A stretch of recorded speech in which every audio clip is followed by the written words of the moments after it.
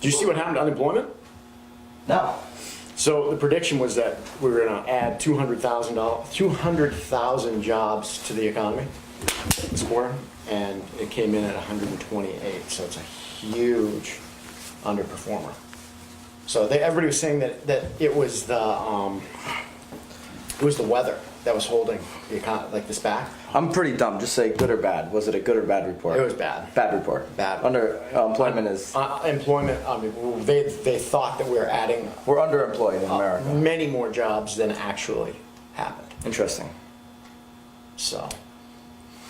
I'm rolling up the sleeves. Is this thing? Did we turn this bad boy on yet? Or? I think it's on. Nice. I'm rolling up the sleeves. I'm feeling frisky on this Friday. It's a frisky Friday. It's Good Friday. It's a good. Every Friday's a good Friday, but this is a gooder Friday. This is a little bit gooder than every other Friday. You called me a maniac last time. I don't know what's going on with you. Is that not a word? Gooder? Gooder? Gooder done? I don't think get her done. Oh, get her done. Go big or go home. All right. We're gonna go big today. Go big. Last week we said we don't want to offend some peeps. We're gonna offend some people today. What are we talking about? In a good way. Last week was clutch. We're gonna offend some people in a good way. Let's get into the show.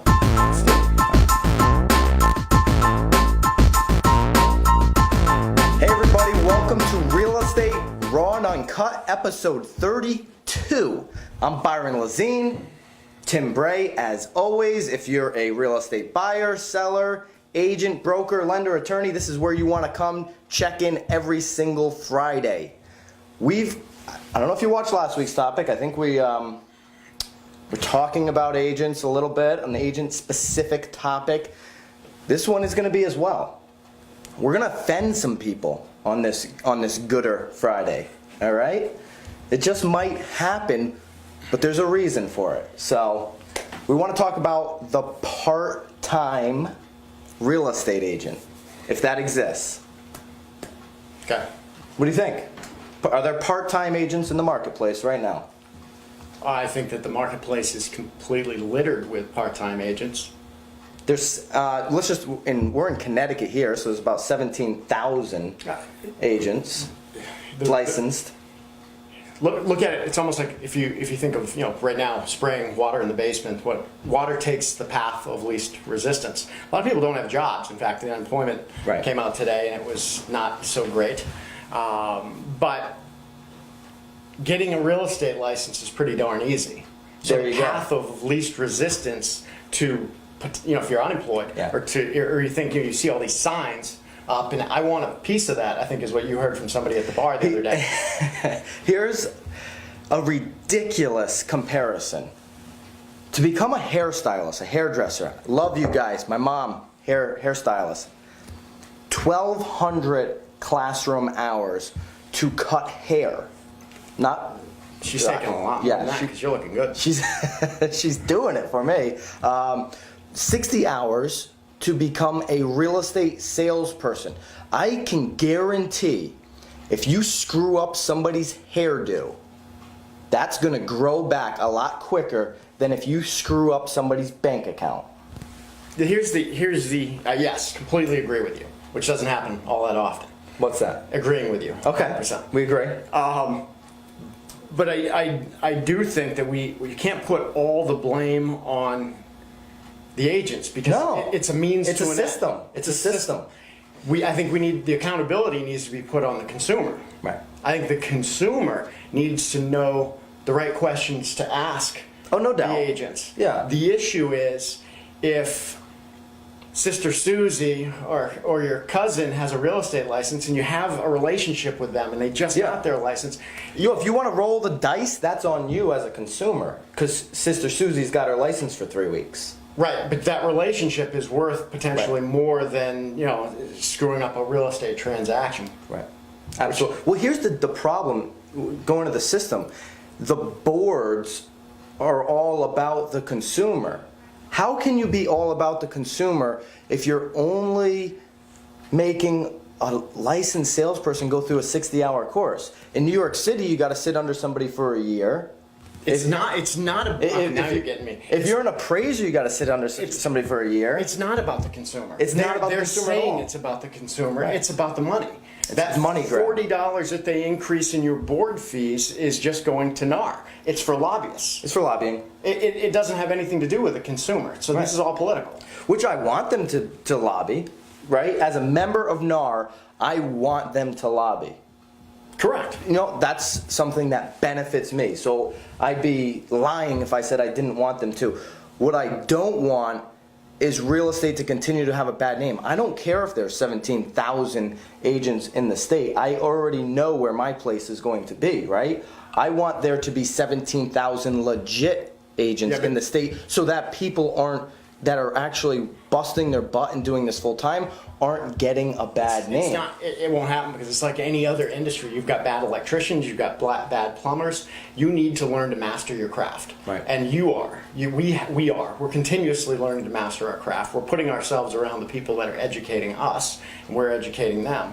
The issue is, again, it's easy to get a real estate license, but it's very easy to get the license, and then they think it's easy once you get it.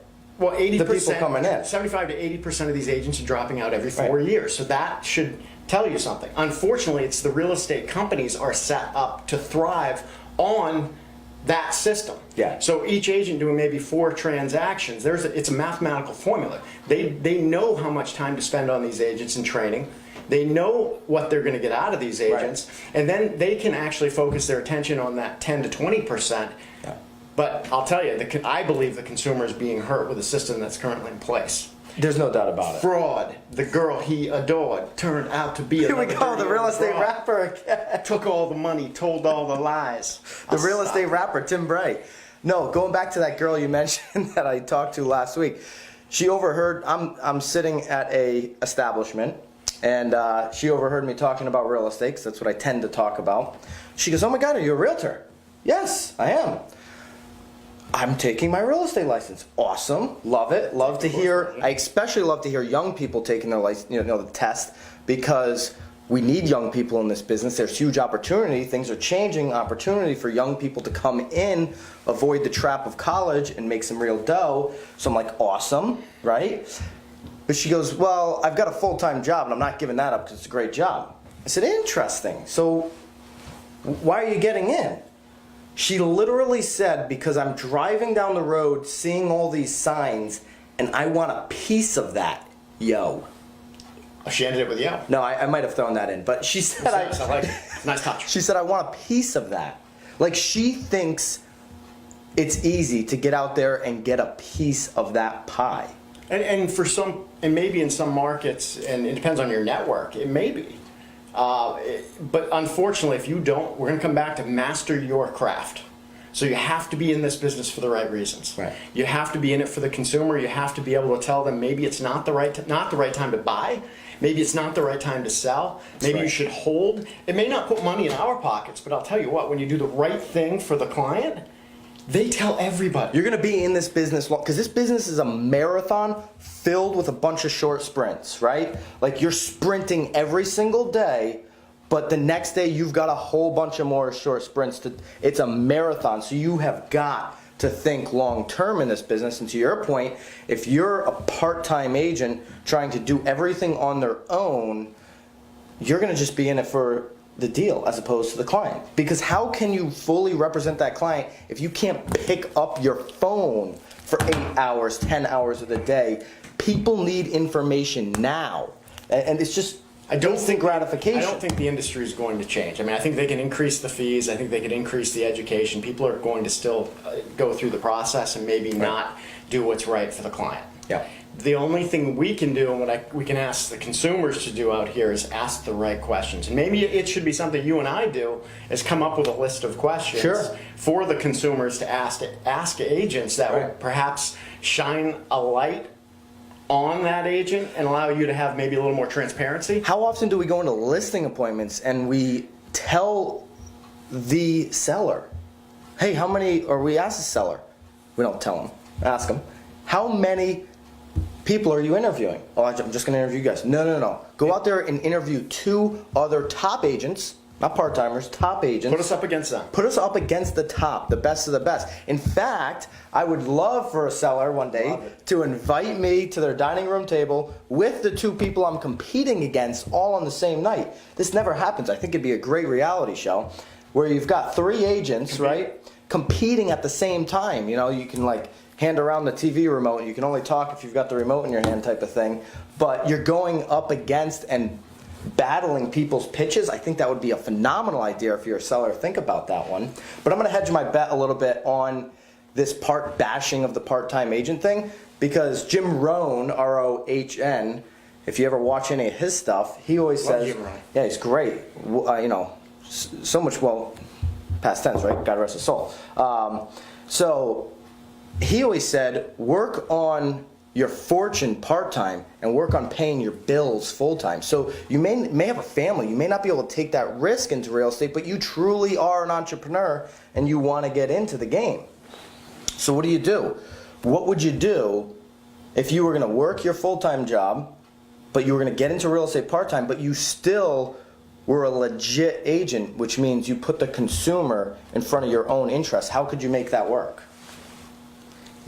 That's if you're going to do it part-time, you'd have to. So what would you have to do? You'd have to join a team. You would have to be on a team. You'd have to align yourself with the right people. You'd have to. But how do you do that part-time? I mean, so if you're a part-time agent, you join a team. Yeah, and so that a support system. A support system, so that your client, who you're supposed to be holding their interest in front of your own, that client's being taken care of while you're doing your full-time job. Absolutely. Those calls are being handled. That paperwork's being attended to. Those showings but you can't do it are being when performed. you have a full-time job. You can't do that when you're and service your client, because you can't even answer your phone. You can't even answer your phone.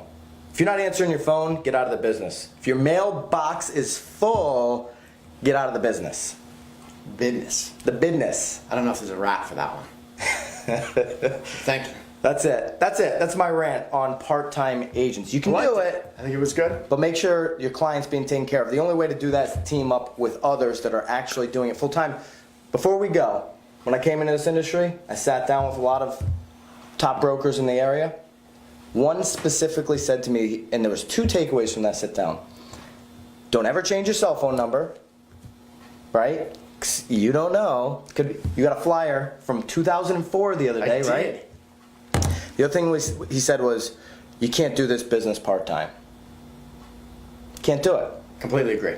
That was Bill Heenan from Heritage, so if you're local, you know who that cat is. You're the man. Guys, every single Friday, join us, Real Estate Raw and Uncut. Happy Good Friday.